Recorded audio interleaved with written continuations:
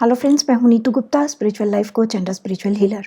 ये हमारी भगवत गीता की सीरीज चल रही है जिसके अंदर हमारे 15 वर्सेस थर्ड चैप्टर के कवर हो चुके हैं। आज हम आगे के 20 तक के वर्सेस को कवर कर रहे हैं। इन सब की डिटेल्स आपको नीचे डिस्क्रिप्शन बॉक्स में मिल जाएगी। तो लास्ट टाइम हमने देखा कि कृष्णा ने अर्जुन को डिटैच होकर कर्म करने के बारे में बताया, साथ में उसको अपने दोषों को यज्ञ की अग्नि में आहुति देने को कहा ताकि सेलेस्टियल बीइंग्स, देवी देवता, उस पर खुश हो पाए और उसकी ज़िंदगी में उसको वो सारी चीज़ें मिले जो उसको अपनी ज़िंदगी जीने के लिए चाहिए। तो आगे कृष्ण अपनी बात को कंटिन्यू करते हुए कहते हैं, पार्थ, जो लोग अपनी रिस्पॉन्सिबिलिटीज़ को पूरा नहीं करते वो एक किस्म का पाप करते हैं। जो सिर्फ सेंस प्लेजर के लिए ही जीते हैं उनका तो पूरा जीवन ही बेकार है। और जो लोग जिनके अंदर ज्ञान का प्रकाश उतर जाता है, खुद में संतुष्ट होना सीख जाते हैं, वो हर किस्म के कर्तव्य से, जिम्मेदारी से भी मुक्त हो जाते हैं। जो ऐसे सेल्फ रियलाइज लोग होते हैं वो हर सुख और दुख से ऊपर उठ जाते हैं। उन्हें अपने कर्म में फ्रूट की चाहत नहीं रहती, तो अब वो किसी भी तरीके के कर्म से और जिम्मेदारी से बंधते नहीं हैं। वो किसी पर भी अपनी ज़रूरतें पूरी करने के लिए डिपेंडेंट नहीं होते, इसलिए अब उनको कोई और कर्तव्य करने की ज़रूरत ही नहीं रहती। पार्थ, जनक और जनक जैसे बहुत सारे ऐसे लोग हैं जिन्होंने अपने आप पर काम किया और अपने आप को परफेक्ट बनाया। तुम भी उनके जैसे बनो। याद रखो, समाज हमेशा उन लोगों का अनुसरण करता है जो दुनिया से हटकर कुछ करके दिखाते हैं। ऐसे लोग समाज के अंदर एक एग्जाम्पल सेट करते हैं और तुम भी वो एग्जाम्पल सेट करो। तो ऐसा कहकर कृष्ण यहाँ तक अपनी बात खत्म कर देते हैं। लास्ट टाइम मैंने आपको यज्ञ का रियल मीनिंग तो समझाया कि यज्ञ क्या है, आहुति किस चीज़ की देनी है, प्रसन्न किसे करना है, कैसे करना है और प्रसन्न करने के बाद क्या मिलने वाला है। साथ ही मैंने आपको ये भी बताया था कि इंसान की रिस्पॉन्सिबिलिटी क्या है। अगर आपको याद है, आपने वीडियो देखा था, तो मैंने आपको बताया था क्रिएटर ने जब हमें रचा, मनुष्य को रचा, तो उन्होंने उसको बस यही बोला था, धरती पर जाकर अपने स्वभाव को मत भूलना, इसके हिसाब से जीवन जीना, बस यही कर्तव्य है तुम्हारा।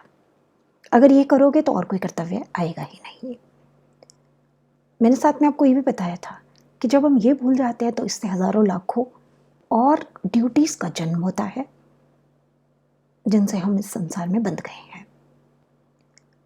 तो कृष्ण कहते हैं, जो लोग अपने कर्तव्य नहीं निभाते, यानी कि जो आत्मा की जो उनकी ड्यूटी है, आत्मा की ड्यूटी क्या है, जो उसका स्वभाव है वैसे ही व्यवहार करे, वैसे ही सोचे, वैसे ही बोले, उसी तरीके के काम करे और उसी तरीके से इस संसार के अंदर रहे। तो जो लोग अपनी रिस्पॉन्सिबिलिटी को पूरा नहीं करते वो एक किस्म का पाप करते हैं। तो हम लोग भौतिक लैंग्वेज में तो समझ जाते हैं कि रिस्पॉन्सिबिलिटी मीन्स आपने अपने पेरेंट्स के लिए ये नहीं किया, अपने बच्चों के लिए ये नहीं किया, आपने इसके लिए ये नहीं किया, आपने उसके लिए वो नहीं किया। हम सिर्फ वहीं तक ड्यूटीज़ को अंडरस्टैंड करते हैं, जबकि कृष्ण बात कर रहे हैं हायर ड्यूटी की। हमारी सोल के लिए भी कुछ ड्यूटी है। अगर हम उसको कर देंगे ना तो इनसे हम अपने आप ही मुक्त होने लग जाते हैं, फिर हमें इनमें बंधने की ज़रूरत नहीं रहती, तो कोई पाप हमारे लिए बचता ही नहीं है। आगे कृष्ण ये भी कहते हैं कि जो लोग के अंदर प्रकाश उतर चुका है, यानी कि जो अपनी जिम्मेदारी को समझते हैं और उसको पूरा करते हैं, यानी जिन्हें आत्मज्ञान हो चुका है, जो अपने स्वरूप को समझ चुके हैं और उसके तरीके से अपना आचरण, अपना हर काम चूज करने लगे हैं, ऐसे लोग जो होते हैं अब ये हर तरीके के कर्तव्यों से मुक्त हो जाते हैं। अब इनको कोई बंधन, कोई कर्तव्य एक्चुअली में बचा ही नहीं, क्योंकि जब ये कोई कर्म करते हैं तो फ्रूट से डिटैच होकर करते हैं, अटैचमेंट उसके अंदर रखते ही नहीं, तो कोई कर्म इनको बांध ही नहीं पाता। तो कृष्ण कहते हैं ये लोग अब चाहे ड्यूटी कोई और परफॉर्म करें या ना करें, ये हर तरीके से मुक्त है, क्योंकि ये इंडिपेंडेंट होकर जीना सीख जाते हैं। ये अपना जीवन चलाने के लिए अब किसी पर भी डिपेंडेंट, निर्भर नहीं है। तो ये सब जो बातें यहाँ पर कृष्ण बता रहे हैं, एक्चुअली में ये ट्रू है। अगेन ट्रू मैं इसीलिए बोल सकती हूँ क्योंकि मैंने एक्सपीरियंस कर लिया। जब एक्सपीरियंस कर लिया तो मुझे पता है ये ट्रू है। देखिए, मैंने इस संसार को ना बहुत करीब से समझा, मैंने बहुत गहराई में हर चीज़ को देखा। हम क्यों बंधते हैं, क्यों आते हैं दुख?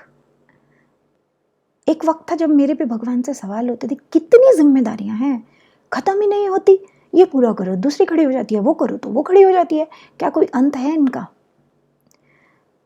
मेरे ऐसे ऐसे सवालों पर ही मुझे ये ज्ञान एक्चुअली कृष्णा ने दिया, क्योंकि इसका अंत यही है। जब आप ये जान लेते हो ना, तो आप ये भी जान लेते हो कि मुझे सिर्फ उसी की मदद लेनी है जो मुझे इस मदद के बदले में बांधेगा नहीं, और मुझे करनी भी उसी की मदद है जो मुझे इसके बदले में बांधेगा नहीं। क्योंकि ना ये चैलेंजिंग होता है, बहुत चैलेंजिंग होता है, आसान नहीं होता। आत्मनिर्भर बनकर जीना इस संसार में आसान नहीं होता। एक तो अंदर से प्रॉब्लम आती है और एक बाहर से भी बहुत प्रॉब्लम आती है। लोग आपको जीने नहीं देते जब आप इस तरीके का जीवन जीने की कोशिश करते हो। लेकिन जब आप इस तरीके से जीने लग जाते हो ना, तो अब आप हर चीज़ से ऊपर उठ जाते हो। कृष्ण ने मुझे ज़िंदगी में अकेले चलना सिखाया, अकेले रहना सिखाया, अकेले जीना सिखाया, अकेले डिसीजन लेना सिखाया। मुश्किल से मुश्किल परिस्थितियों में जो आपको तोड़ डालती हैं, उन परिस्थितियों में अपने आप को अपने आप संभालना सिखाया, अपने इमोशंस को बैलेंस करना सिखाया, हर चीज से ऊपर उठा दिया। तो जब मैं इन सबसे ऊपर उठ गई ना, आज मैं किसी पे निर्भर नहीं हूं। आज मैं ये वीडियो पे बना रही हूँ, मुझे बहुत से लोग मैसेज करते हैं कि आपको तो फ्री में सब करना चाहिए। तो अब मैं एक्चुअली किसी से बंधी हुई ही नहीं हूँ। मैं बड़ा साफ कहती हूँ, मैं कोई गुरु माता वगैरह नहीं हूँ, ना मुझे कोई ऐसी चाहत है। मैंने तो एक सफ़र किया, बस अपना एक्सपीरियंस शेयर कर रही हूँ, दैट्स इट। तो ये एक मेरा ये वाला एरिया है जो मैं यहाँ पर कर रही हूँ यूट्यूब पर। आपको पसंद आ रहा है, आप सुनिए। आपको लगता है इससे हमारी ज़िंदगी में कुछ बदलाव आ सकता है, बहुत अच्छी बात है, आप भी अप्लाई कीजिए। लेकिन इसके अलावा मेरी एक प्रोफेशनल लाइफ भी है जो मेरा लाइवलीहुड है, क्योंकि मैं किसी की चैरिटी पर जीने में विश्वास नहीं करती। मैं मानती हूँ स्वाभिमान के साथ, रिस्पेक्ट के साथ जियो, और वो तभी आता है जब आप खुद कमाते हो। जब तक दूसरे लोगों की भीख पर आप पलते हो ना, तब तक वो नहीं आता। और ये मुझे कृष्णा ने सिखाया। मुझे कोई चाहती नहीं है कि मैं कोई बहुत बड़ा आश्रम खोलूं, कल को मेरे इतने फॉलोअर हों, मेरे इतने डिसिपाइल हों जो मेरे पीछे पीछे घूमे। मुझे कोई चाहती नहीं, मुझे तो ये भी बंधन लगता है। तो जब मुझे ये चाहती नहीं है, तो कोई मेरा वीडियो देखे ना देखे मुझे फर्क ही नहीं पड़ता। मैं डिटैच होकर काम कर रही हूँ। तो क्या है, मुक्त हो गई मैं इससे। ना ये चीज मुझे बांध पा रही है, ना बांध सकती है। मैंने इसको पावर ही नहीं दी कि मुझे कंट्रोल करे। किसी को मैंने ये पावर ही नहीं दी कि वो किसी भी तरह से मुझे कंट्रोल करे, क्योंकि मैं किसी से कुछ ले ही नहीं रही। जहां किसी से कुछ लेती हूँ तो पलट कर उसको किसी ना किसी फॉर्म में वापस जरूर कर देती हूँ। मैं कभी एक्सपेक्ट ही नहीं करती कोई मुझे फ्री में देकर जाए, क्योंकि फ्री में तो कृष्णा ने मुझे ज्ञान भी नहीं दिया। उसके लिए भी बहुत बहुत सारे आहुतियां ली थी यज्ञ के अंदर। ये सृष्टि का नियम है, एक्चुअली मेरी बात नहीं है, ये सृष्टि का नियम है। गिव एंड टेक यहाँ बैलेंस होना चाहिए। जब ये गिव एंड टेक बैलेंस होता है ना, देखिए हर चीज़ हमें फलती भी तब है जब हम पहले उसके अंदर कुछ डालते हैं। लेकिन जब हम किसी चीज़ में कुछ डालते नहीं हैं और सिर्फ एक्सपेक्ट करते हैं कि हमें मिलता रहे, तो वो चीज़ आपको कभी फलती भी नहीं है। तो जो एक मुक्त इंसान होता है, लिबरेटेड ज्ञानी इंसान होता है, जो इंडिपेंडेंट हो चुका है हर तरह से, स्पिरिचुअली भी, मुझे आज कोई भी मेरी स्पिरिचुअल क्वेरी है, मुझे किसी गुरु के पास या किसी के पास जाने की ज़रूरत नहीं है। मुझे पता है मुझे अपने अंदर कनेक्ट करना आ चुका है। तो मेरे अंदर की आवाज़ को सुनते सुनते मैं यहाँ पहुँची हूँ, और मुझे पता है आगे का रास्ता भी वो दिखा देगी। तो स्पिरिचुअली भी मैं इंडिपेंडेंट हूँ, फाइनेंशियली भी हूँ, सोशली भी हूँ, मेंटली भी हूँ, इमोशनली भी हूँ, फिजिकली भी हूँ। हर जगह मुझे पता है यूनिवर्स मेरे साथ खड़ा है। मुझे जब जिस चीज़ की ज़रूरत है मुझे वहाँ से मिलेगी। लोग इतना घबराते हैं, मुझे तो 2 महीने पहले कोविड होकर हटा है, कोई मेरा ख्याल रखने वाला नहीं था, लेकिन कृष्णा ने अपने बंदे भेज दिए। मुझे पता भी नहीं चला कि कब होकर ये निकल गया। एक्चुअली मेरा कुछ बिगाड़ तो पाया भी नहीं था। तो ये एक अरेंजमेंट होता है हमारे लिए, हमारे अंदर के डर होते हैं जो हमें बांधे रखते हैं। पर जब हम इन डरों से ऊपर उठकर स्वतंत्रता के साथ जीना शुरू कर देते हैं, अपने आत्म स्वरूप को पहचान कर उसके अंदर वापस आना शुरू कर देते हैं, तो वास्तव में हमें संसार की कोई भी चीज अब बांध नहीं सकती। तो वही कृष्ण कहते हैं कि ऐसे इंसान के लिए अब कोई कर्तव्य कुछ बचता ही नहीं, क्योंकि मैं किसी से वो वाली मदद लेती ही नहीं हूं जो फ्री में है। कोई मुझे बांधेगा तब जब मैं उससे फ्री में कुछ ले रही हूं, या मुझे चाहत है कि आप मेरी प्रेस करो, या मुझे और किसी चीज की चाहत है कि आप मुझे पैसे देकर जाओ। मेरी ऐसी कोई चाहते हैं ही नहीं। मैं तो चुपचाप अपना काम कर रही हूँ। जो मेरे साथ मेरी फ्रिक्वेंसी के साथ वाइब्रेट कर रहा है बहुत अच्छी बात है, नहीं कर रहा तो भी कोई बात नहीं। यूनिवर्स में तो अपना एक सिस्टम है, जिन्हें मुझसे जुड़ना है वो कहीं से भी जुड़ जाएंगे, और जिन्हें नहीं जुड़ना वो पास आकर भी बिना जुड़े चले जाएंगे। तो इन सब चीज़ों का क्या तो शोक मनाना है और क्या खुशी मनानी है। इनमें कुछ ऐसा है ही नहीं खुशी और दुख मनाने जैसा। तो यानी आप मुक्त हो। तो यही बात कृष्ण समझाते हैं कि जीवन ऐसे जीना सीखो। आपको ना ये जो जिम्मेदारियां हैं ना, इनसे भी ऊपर उठना है, क्योंकि हम वक्त के हाथों की कठपुतली नहीं है जो वो हमें नचाता जाए। आप खुद सोच कर देखिए, अगर कोई जिम्मेदारी आई है तो कोई अंत भी तो होता होगा उसका। एक जानवर, पक्षी भी बच्चों को पैदा करता है तो उनको इस लायक बनाने के बाद कि अब वो बड़े हो गए हैं, अपना जीवन संभाल पाए, वो उनको छोड़ देता है उनके हाल पर और फिर अपने सफर में आगे चल पड़ता है। पर हम इंसान हैं, क्योंकि हम अटैचमेंट कर लेते हैं ना, हर एक से निर्भर हो जाते हैं सबके ऊपर कि तुम नहीं तो मेरा जीवन नहीं। जब तक मेरे आसपास इतने लोग नहीं होंगे, इतनी सोशल गैदरिंग नहीं होगी, मुझे इतने लोग जानने वाले नहीं होंगे, इतने कॉन्टैक्ट्स नहीं होंगे, तो तब तक यानी कि मैं वीक हूँ। जबकि हकीकत मैंने दुनिया के सारे रूप देख लिए, दिखा दिए मुझे कृष्णा ने, और वो देखकर मैंने जाना ये सारे कॉन्टैक्ट जो होते हैं ना फालतू होते हैं। असली जो कॉन्टैक्ट है ना वो तो एक ही है। उसके साथ पटा ली ना अगर आपने, तो अब जब जिंदगी में जब भी कहीं फंसोगे ना, वो अपने आप ऐसे कॉन्टैक्ट खड़े कर देगा जो आप कल्पना भी नहीं कर सकते कि कहाँ से आया। तो मैं तो अपने उस एक ही कॉन्टैक्ट के ऊपर काम करती हूँ, बाकी ऊपर मैं कोई काम नहीं करती, क्योंकि बाकी बंधन है, वो बंधन नहीं है, वो मुक्त है, उसमें मुक्ति है, खुशी है, आज़ादी है। तो जब इस तरह से जीवन हम जीते हैं तो हम बंध ही नहीं रहे किसी के साथ, क्योंकि चाहते ही खत्म कर दिए अपने अंदर से। संतुष्ट होना सीख लिया अपने अंदर कि कोई चाहत ही नहीं है। तो यही कृष्ण कहते हैं कि जनक का एग्जाम्पल दिया यहाँ। मैं क्योंकि किताबें नहीं पढ़ती, और मैंने आपको बताया मुझे कृष्ण ने पढ़वाई नहीं, तो सच बात यह है मैं जनक को बहुत पर्सनली ज़्यादा नहीं जानती थी। लेकिन मैंने कुछ समय पहले एक सीरियल देखा, कृष्णा ने दिखवाया, क्योंकि मैं टीवी भी नहीं देखती ज़्यादा। सीरियल का नाम था सिया के राम। बनाने वाले ने बहुत अच्छा सीरियल बनाया, बहुत अच्छे तरीके से समाज की कुछ बुराइयों को सामने लेकर आए हैं। थैंकफुल हूँ मैं उनकी। खासकर जनक का जो कैरेक्टर है ना, मुझे बहुत ही अच्छा लगा। जिस तरह से प्रेजेंट किया गया, लिटरली मेरे अंदर से एक ही आवाज़ आई उस कैरेक्टर को देखकर, कृष्णा काश मेरे फादर भी ऐसे होते। मेरी तो जिंदगी पता नहीं कहाँ की कहाँ पहुँच जाती। मैंने फादर का इतना आइडियल रूप इंसानों में नहीं देखा, भगवान में देखा है।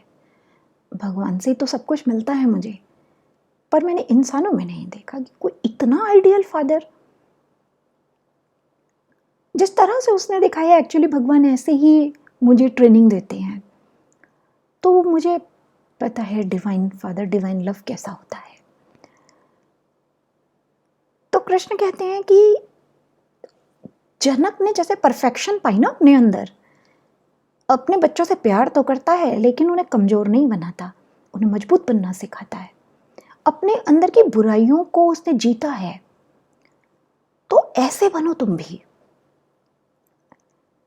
वही चीज कृष्णा मुझे भी कहता है कि अरे ये भौतिक जो चीजें हैं ना, पैसा, प्यार, मकान, ये सब मैं दे दूंगा, वक्त आने पर दे दूंगा, इनकी तरफ फोकस मत रखो।